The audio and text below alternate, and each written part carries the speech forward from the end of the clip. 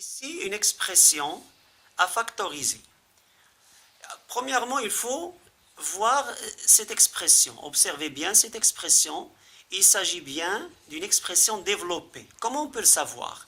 On peut le savoir en regardant les dernières opérations à effectuer. Nous avons un moins, un plus, même si on a des produits ici dans des termes.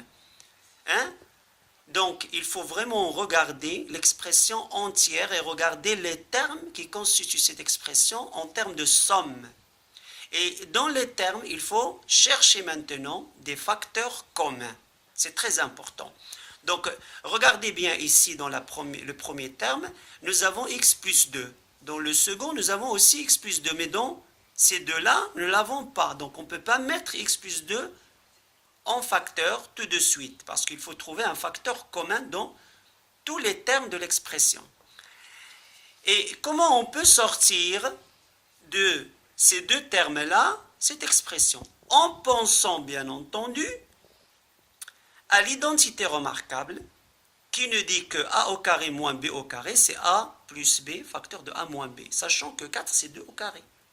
C'est-à-dire, x au carré moins 4, ce n'est que x au carré moins 2 au carré, et ça veut dire, c'est égal d'après l'identité remarquable, en la factorisant cette expression, x plus 2, facteur de x moins 2. Voilà pourquoi il faut bien connaître les identités remarquables pour pouvoir les exploiter dans ces expressions. Donc maintenant, si je remplace x au carré moins 4 au carré par x plus 2, facteur de x moins 2, je vais pouvoir avoir un facteur commun dans tous les termes.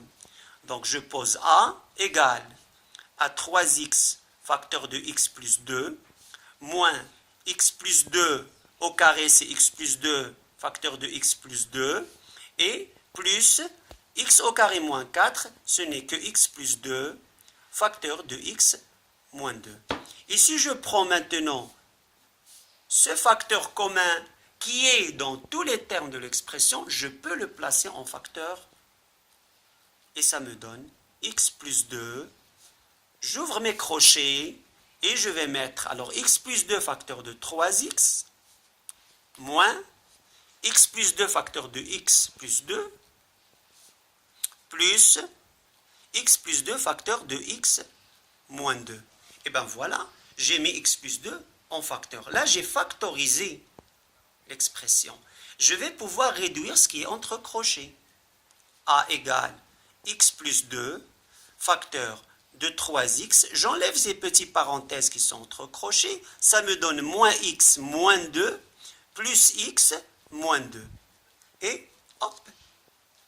Et ça me donne finalement x plus 2, facteur 3x moins x plus x. Et ça me fait tout simplement 3x, parce que moins x plus x, il s'en va. Moins 2 et moins 2, ça fait moins 4. Et voilà mon expression factorisée et réduite.